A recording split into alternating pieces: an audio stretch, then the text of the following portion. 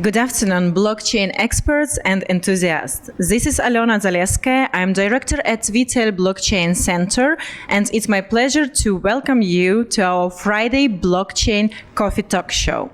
Last Friday, we discussed what is decentralized finance and its impact on traditional finance ecosystem. Tried to figure out whether decentralized finance is an opportunity or an existential threat to the traditional finance system, and talked as well about regulatory concerns. Today, we are going to continue our conversation on benefits and obstacles while integrating blockchain technology. And I'm delighted to introduce our today's experts. Christian Glitch, ambassador and founding member of European Blockchain Association, Irfan Jetoy, founder CEO Nordos Labs, and Martin Odavut, founder Stables 33 Protocol. Gentlemen, thank you for joining us today. Can you please tell to the audience a few words about yourself and your area of expertise? Christian, please. Sure, thank you. So as you just mentioned, I'm the international ambassador to the European Blockchain Association and also the president of WeTel Blockchain Center. Of course, very interested in blockchain for years now, and now it really takes off, I have the impression, and the interest of people is getting bigger and bigger. Of individuals, but also of corporates, and that's why I'm trying to do as many moderations of, for example, Blockchain Expo some weeks ago in Amsterdam, to help educate people about all this new technology and to take away fear. Thank you. Yes, Irfan. My name is Irfan, and I'm a full stack blockchain developer.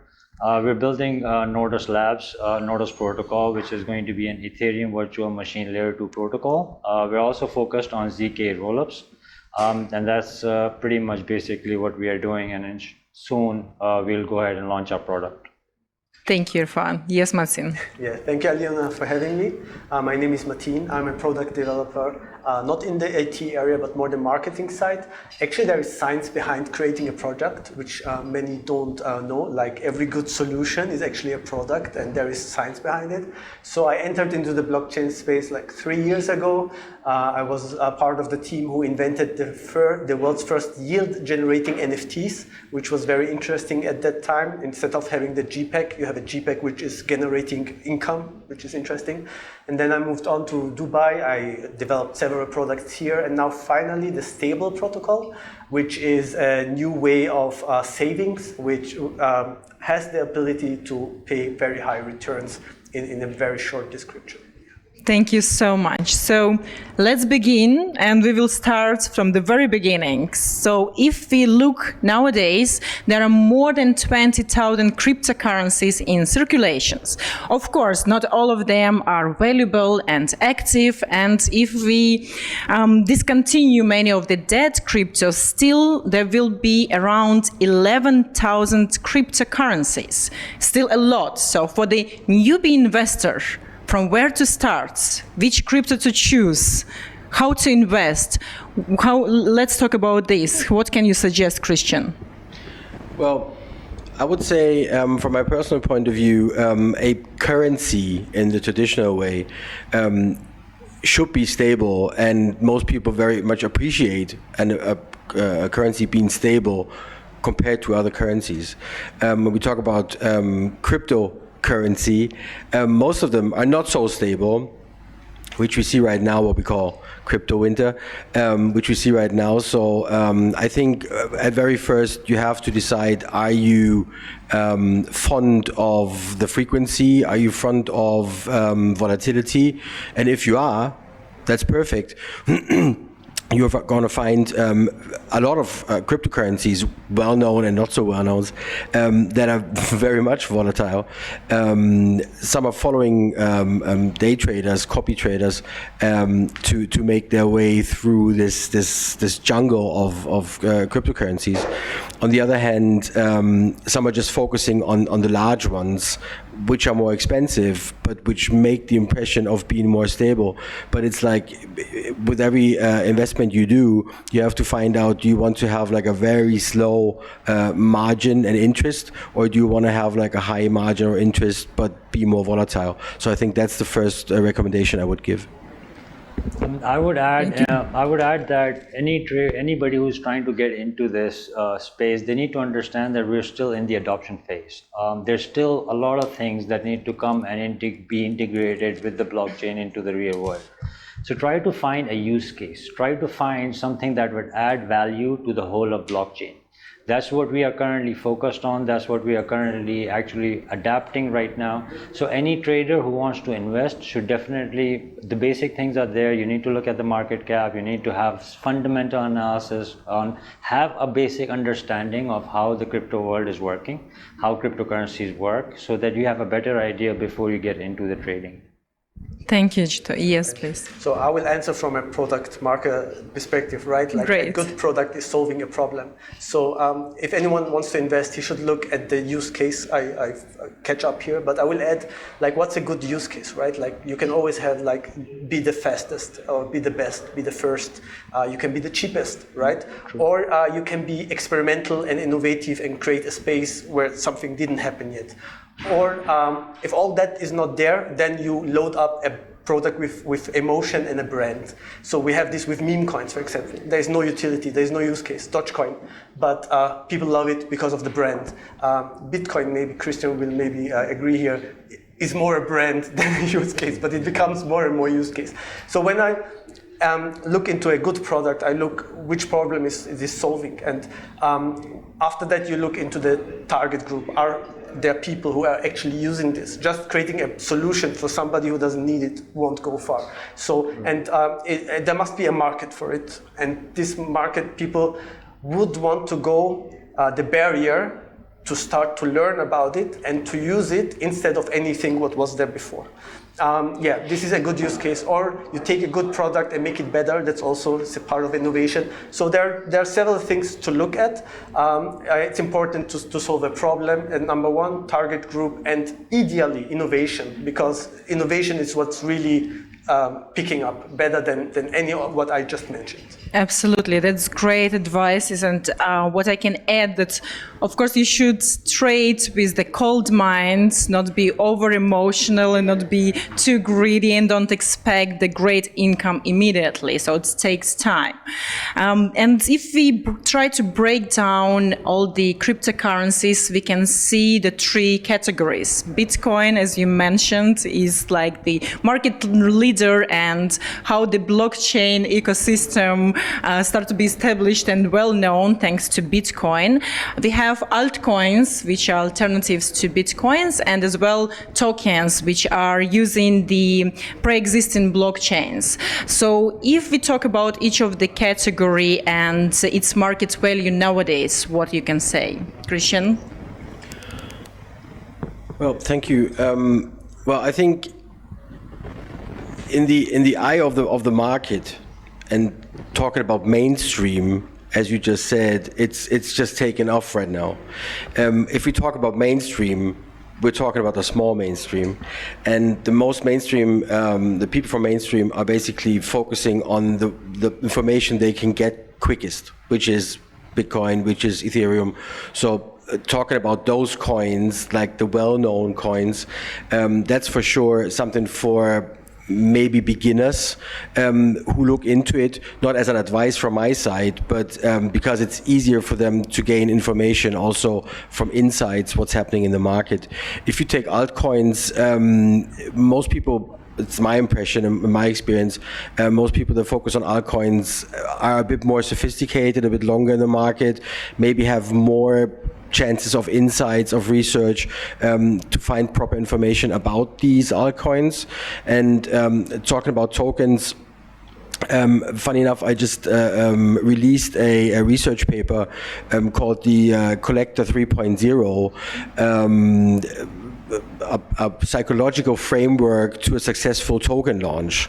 And talking about these tokens, so many corporates are now thinking about issuing their own tokens, and they keep asking me, like, is this a token now, or is this a currency, or is this a coin?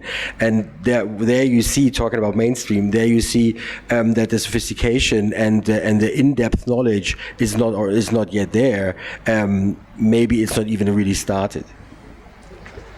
Thank you, Christian. Yes, Irfan. I would like to add that I really like what Christian said, and when you look at Bitcoin, it's obviously everybody thinks of it as a digital gold. We have to understand that what kind of consensus system mechanism that is being run behind these layers. These layers, again, coming back to layer 1s and layer 2s, they're all coming right now. They have a use case there. They have protocols that are being developed underneath them. We need to understand that Bitcoin is the market leader. It has a first moving advantage. Everybody thinks of it as digital gold. It has store of value. So that's why Bitcoin will always remain. It will always remain on top. When it comes to altcoins, for altcoins, it is necessary to understand, and just like I said earlier, the consensus mechanism that they are following. If they are following, let's say, proof of stake system, I mean, obviously, just like Ethereum, the recent merge that was done, that solved a huge problem of energy consumption that Bitcoin is still facing. So that crisis is still there, where energy consumption is a concern, where the transparency and all those things are still a concern.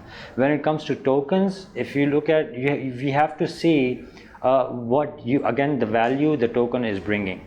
Like having meme coins, there are majority of the coins that Aliona mentioned probably are meme coins because they're easy to develop, they're easy to deploy, and they're easy to market.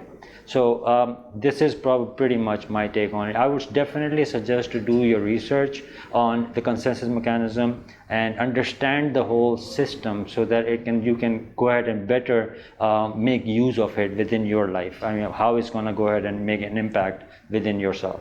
Thank you, Irfan. Funny story, like sure. when I went 3 years ago and I started with trading, I also just knew Bitcoin, right? It was just dominant. Everybody talking about it. And like 10 years, I was wanting to buy it for $300, but I was distracted with other things and I never bought it. And then I met like one of my mentors who taught me a lot of Bitcoin, and this is where I started to get into it. And I was a trader at that time, and I was thinking Bitcoin, don't touch it, it's a scammy market maybe, there is no value, what you hear in the retail market. But then there was a token which came up, and he explained it like, if you hold one token, you get 5 for free, something like that. And I was like, I never heard of something like that. Yeah, that sounds so cool. It was like, and then if you have that 5, it can go down in value, but it can go down in quantity, but the value goes up. And I was like, wow, that sounds interesting. And then I first time opened CoinGecko, I think. And then I saw this universe of 10,000 tokens out there. And I love it because there is the innovation happening, and I'm a big fan of innovation. I'm a big fan of the dynamic market. As he said, Bitcoin will always remain first mover advantage, the big boss. He is dominating the market, and he is dominating the market cap. But if we look for true innovation, for what could change, what could help retail to come on board, what helps people to invest and actually make even more money, because this is where altcoins come in, and this is why I like it from that perspective, a less technical perspective. Yes, thank you. So true. And I guess the main and the first point is the knowledge is essential, as still for many people, they don't know the difference between coins and tokens, and they got confused. And that's why it's really important to know the difference, to make the research and look at the market. Maybe we should break this down. Nobody mentioned what is a coin, what is a token. Who wants? Yes.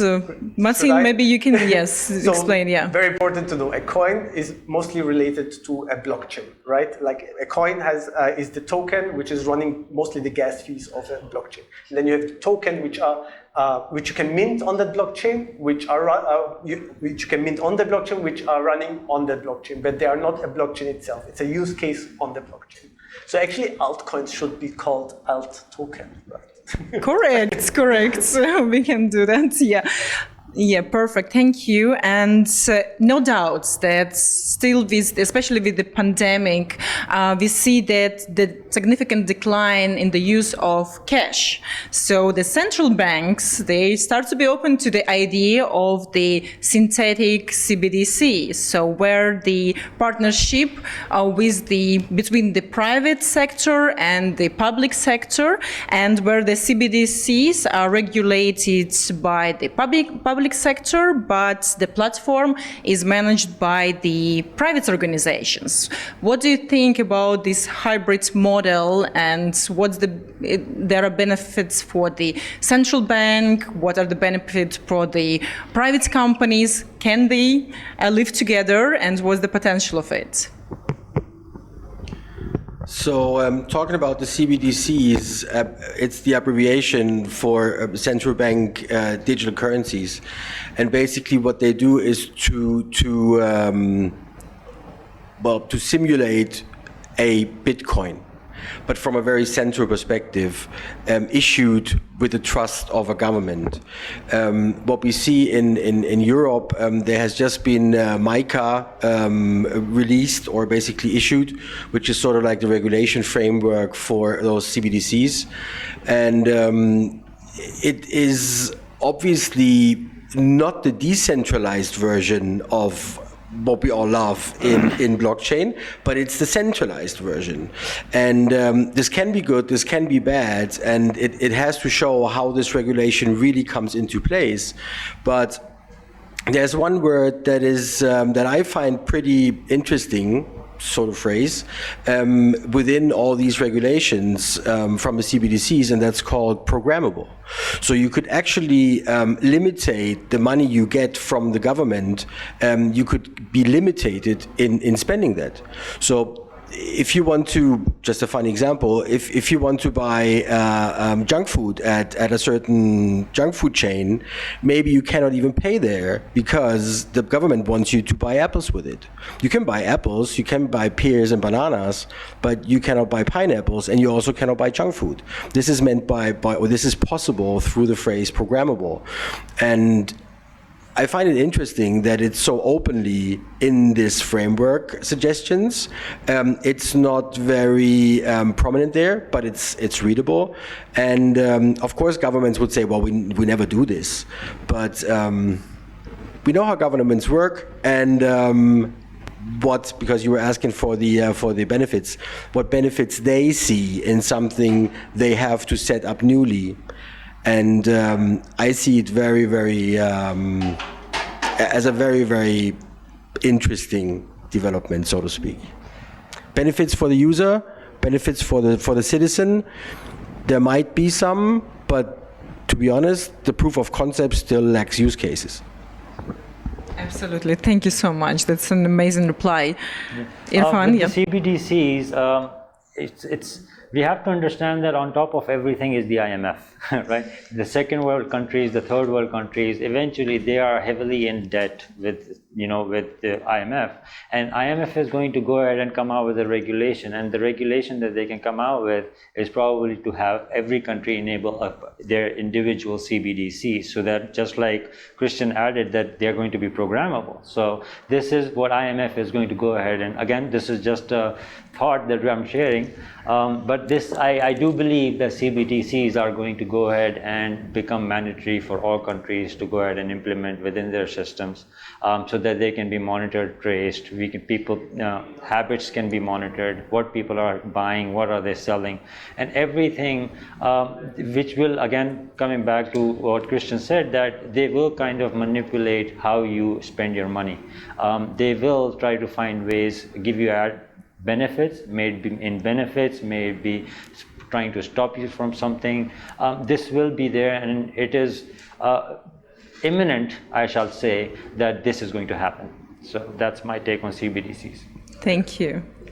Thank you. I can just add here, CBDC, great, regulation, great, we need it, because right now, if we want to issue a token or we want to publicly announce a token, there are not many countries which are allowing that. So we need regulation in crypto. We need one issue we most of us have is the on-ramping and off-ramping. So taking money on the blockchain and taking it out of the blockchain. So when the CBDCs come in and have a official use case as a payment token, which is exchangeable with any crypto token, that's amazing. It will make so much easier.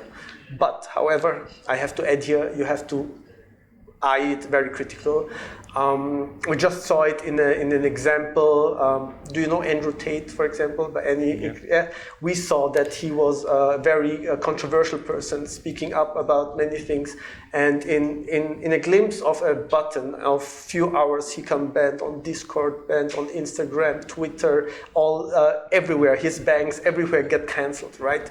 So I don't see any reason why an official currency will not work in the same manner, right? So he's lucky in that case. No matter if you like him or not, I don't care. But he's lucky that he has his money somewhere else. He's thinking about to make his own bank account right now, or his own bank, right? But why not to be regulated, not to be restricted? And like it's great to have that option, but we are fans of decentralized crypto. Not centralized crypto, not handcuffed crypto, however you want to call it. Exactly. And let me add one thing. Talking about regulation, I'm a big fan of regulation to take a bit of the Wild West out of the situation, out of the market that we have right now, because there is Wild West still. We're in the absolute baby shoes of this entire development. I'm a big fan of regulation for the good, but what I see, and Micah is the light version of what I mean. Right now I see a lot of regulation for regulation's sake. So somebody's sitting in the government, somebody's sitting in the advisories, and they want to keep their jobs, so they regulate for regulation's sake. What I mean in good regulation is actually regulation as a practical regulation, like regulate the market to make it a better place, which sounds pathetic, but to make it a trustworthy place, and to make it a place not only experts can move in, but also the mainstream has a chance to deal with. But regulation for regulation's sake is what I see as a development right now, and I would much more love to see practical regulation in favor of the citizens than rather in favor of the governments.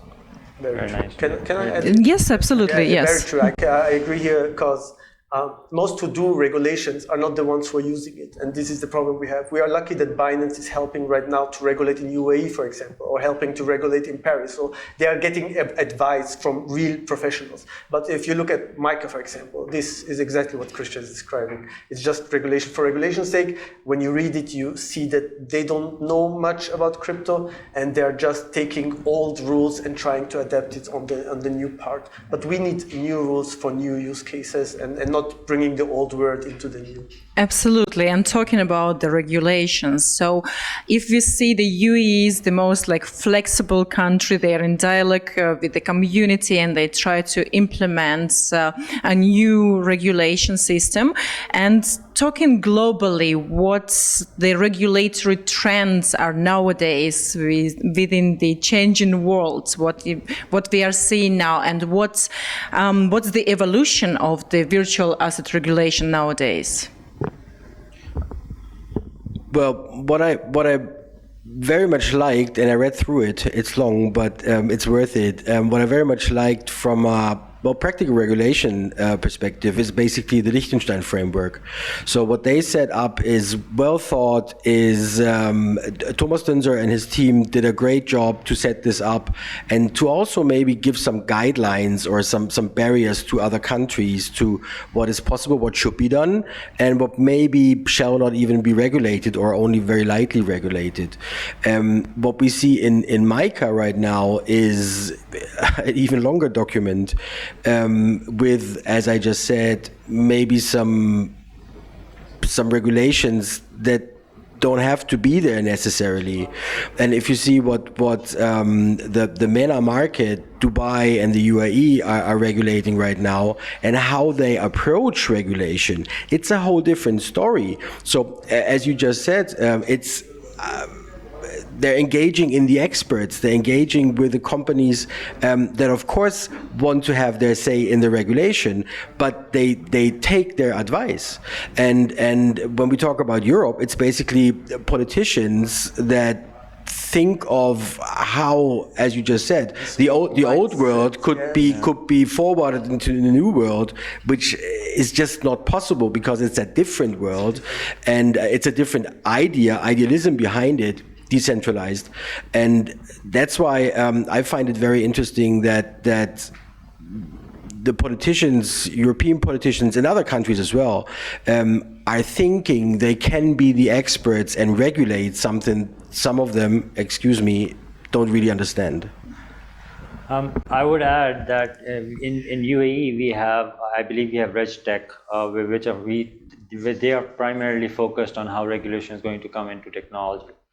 So that has something that would add value, and this is also run by all the top experts that are in the industry. Some are very much capable of how they can go ahead and create an impact, and how they can go ahead and actually advise a common man that how to go ahead and make use of this technology and how they can move forward with everything. So so that's pretty much what I would like to add, apart from what Christian already said. Thank you, Irfan. Yes, I can just agree here. I can tell a little bit from my personal experience. I just founded a company in July this year, right? The Stable Protocol, Stable Group. And of course, I wanted to be regulated. I wanted everything to go according to law. I wanted to launch my token. It's a decentralized finance system. So I want people to use the protocol. I'm not the manager, but to use the protocol in a licensed way. I want to advertise it. I want people maybe to partner into it. And I was looking for this framework. And I can tell you, there are not many countries who are offering this. Unfortunately, it's neither it's the UAE, nor it's Europe, nor it's Russia or US, or from my knowledge, from my research. I found a solution maybe in St. Grenadine or British Virgin Islands, in Lithuania, maybe a little bit Malta. So you have all these little countries which are trying to bring in this income of taxes maybe, or income of adoption, businesses to go into their country. But all the big players are very far behind. And even when I contacted Vara here in UAE, for example, doing a great job. They're on it. I think in 1 year I can register my company here, but it's not there yet. We are in a process hindered through this old mindset, and it takes long. We are very new. Decentralized finance is how old? 2 years, maybe 1-2 years, a very young space, and that's why we are early, and things might take 1 more year, 2 years till it's really regulated. Absolutely, it's gonna take time, and new developments will come. Yes. So we are looking for it, and it's sure. One more thing, because some countries, what they are doing, like we saw it with Tornado Cash, for example, right? Like even stopping innovation, and this is the worst approach a country can do, right? This is a use case which can be used for the good and bad, like a knife or a bottle of water. Right? So some things can be used for good and for bad, but stopping it for a whole country where is so much adoption and so much request for it is not the right approach. So countries should be much more open to it. Limiting something or not allowing something doesn't lead to any solution, but making it accessible in a regulated way for anyone, which should any country looking for. Absolutely. Thank you, Martin. And what's interesting for me is with the rise of digital currencies to see how the traditional bank robberies are evolving, and we can call it in a way the modern bank robberies. So of course, this security concerns within DeFi system is very important, because still a lot of malicious actors, they use their vulnerabilities and take advantage within the protocols and decentralized applications. So how we can protect ourselves in the decentralized finance ecosystem? It's a very interesting and a very important question, and I can because there is an answer that nobody wants to hear. If you want to trick the system, the system will be tricked. It's as easy as that, as in everything, because it's always like a hide and seek of like catch up and of good and bad. But an interesting take on this is when a few weeks back I was leading a conference. I was actually asking the audience which questions they would ask the panelists, and then everybody had questions because it's such an interesting topic of like bank robberies. Everybody has a picture of a bank robber, how that looks, and maybe everybody has a picture of a hacker, how he looks or she looks, but maybe they look different. So everybody has these questions. So please raise your arms. Everybody had a question, and before I was asking the first person to ask his question, I was like, please keep your arms up if you have the question how easy it will be to trick the system. And literally all the arms were staying up because they all had the same question, because it's the first and foremost question of every individual. If I engage in this market, in cryptocurrency, in whatever this market has to bring in the future, how safe is it? And that's actually the interesting part, that all the people had the same question. So how easy not to spill the answer and leave it to my fellow panelists. It was interesting to see that everyone has this question, how easy it is to trick the system. To answer the question right, there's my fellow panelists. Thank you. Yes, please. From a developer's perspective, I would say that we have to understand the layer ones. Bitcoin itself has never been hacked. Ethereum itself has never been hacked. Even till today, Solana, it has a power outage. I mean, it has some shortage on that, but it has never been hacked. It's the dApps that get hacked. So we have to understand that it's the code that gets hacked. Hackers try to find the vulnerability within your code, on your dApp, not on the main chain, but on the second layer that you are going to go ahead and build. Again, this is from a developer's perspective, and this is what we need to counter. This is where we need to educate every single developer out there that is going to go ahead and deploy those contracts onto the main chain. So this is where we need to add value to it. This is where we need to add security and all those things to it. So this is how hackers make the move. So that's how they do it. So this is again from my perspective. Yeah, great to hear it from that perspective. I will tell it from mine. Like as I said before, the market is very young. Like DeFi 2 years ago, right? And from product marketing perspective, or even entrepreneur perspective, fail a lot till you make it, right? Fail harder, fail faster. And this hack has two sides. Of course, it's crazy how much money got stolen in the last year, and this needs to change. The ironic part is that we are learning through these hacks. This is the way this space is maturing. So with every hack, we know the next time we build it, we don't do this mistake anymore. So yes, it's bad. I wish it stops tomorrow. Unfortunately, from the technical perspective, it doesn't look like that. Yeah. But there are ways to prevent it, like having good coders, having good experienced coders. Yeah. There are even some people called white hat hackers. These are the good guys, the hackers, but the good guys. They know how to hack a system, and they bring value. They're also very expensive, but it's working. Yep. And there is also a lot of proven code already. So there are really some leading experts in the space which are analyzing these hacks, publishing the better code, making it accessible for the next one to use it, so this hack doesn't work. So the space, the community itself is working very good and towards a safe environment.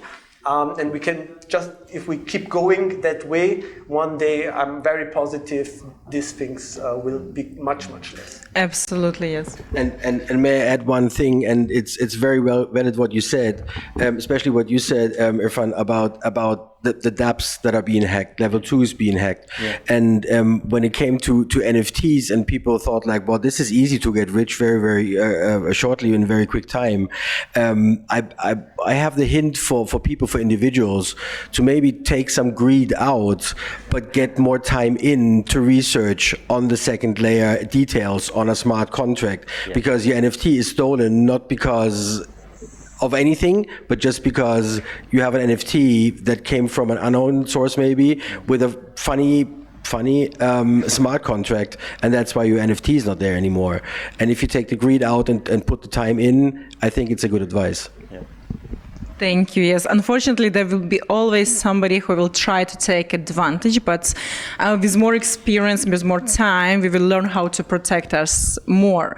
And yes, the funny part is, I don't know good it is or bad. I like the bank robbery movies, and I guess in few years we will see the evolution of them. That it will be completely new style of these movies. They do it already. What I heard, like. Yeah. So they released already. No, I heard Polygon got a job announcement of one of the developers of Polygon. So they contacted him several times. He was interested in the job. He opened a PDF file, got access to his computer, and was able to hack some parts of it. So they are getting very creative. Absolutely. With a job announcement, you have to imagine. Yeah. So thank you. Yes, thank you, gentlemen. It's been such a great discussion. It's so essential and important information. And as we understand and as we know, the knowledge and education is the base. And we will continue to educate more people in order to build a strong community with that essential knowledge of the new technologies of the blockchain ecosystem. Thank you and see you next Friday.